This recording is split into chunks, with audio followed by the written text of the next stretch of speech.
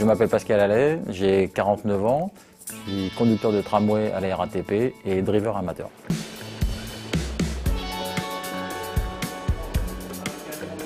Votre attention s'il vous plaît, nous sommes dans l'obligation de patienter 2 minutes pour régulation. Merci, 2 minutes.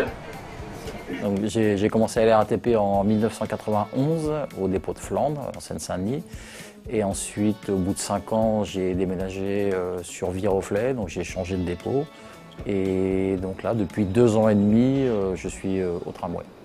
Pour concilier le tout, c'est compliqué. Ça demande beaucoup d'organisation. C'est-à-dire que je regarde les courses où potentiellement je pourrais avoir un partant. Et donc je fais en sorte de me rendre disponible. Donc je change de service avec des collègues. J'ai parfois jusqu'à 3 mois à l'avance pour pouvoir changer mes services. Ça arrive d'aller courir et ensuite partir travailler. Ou alors de travailler en premier et ensuite monter tout de suite dans ma voiture ou sur mon scooter et partir courir dans la foulée.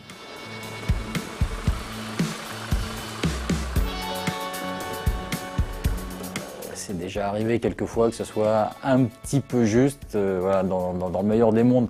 J'essaie toujours d'avoir de la marge, mais après il y a toujours des impondérables. J'espère faire les deux le plus longtemps possible. Il y a une notion de plaisir. Voilà. Faut que j'ai plaisir à aller aux courses. Si un jour je suis blasé pour une raison X ou Y, j'arrêterai, je ferai autre chose, j'irai jouer au poker et je m'amuserai.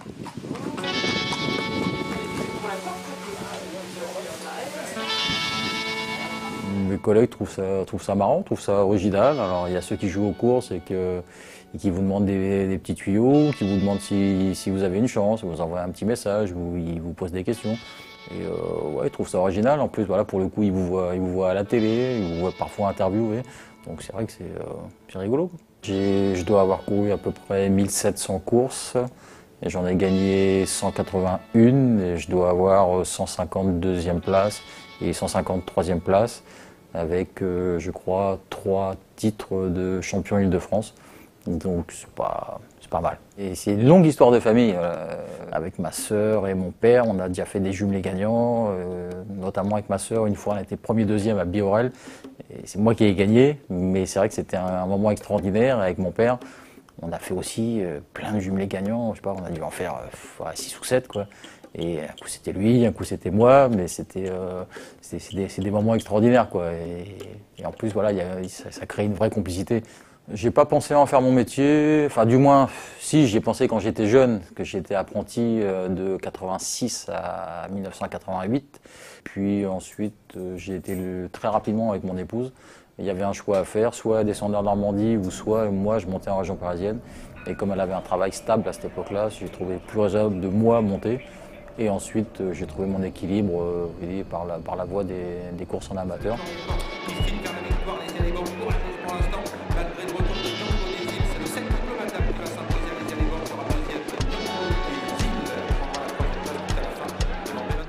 Moi j'aime beaucoup les chevaux, mais je vais être très honnête, aller faire une petite balade sur la plage, ça m'amuse pas plus que ça. J'aime le côté compétition, vitesse, bagarre avec les autres, voilà, c'est ça qui me plaît. Driver amateur, c'est assez simple, quand on n'a pas de chevaux à soi, c'est la notoriété, voilà, notre téléphone sonne ou pas. On va un peu au gré du vent, mais là, c'est ça, c'est le téléphone. Quand vous n'êtes pas dans une bonne période, on est un peu comme les acteurs, on attend que le téléphone sonne et s'il ne sonne pas, on est un peu tristounet. Donc faut attendre des jours meilleurs. Parmi les drivers amateurs, il y a des gens avec qui je suis ami. Et par exemple, il peut nous arriver d'être appelé 3 fois dans la même journée pour le même hippodrome.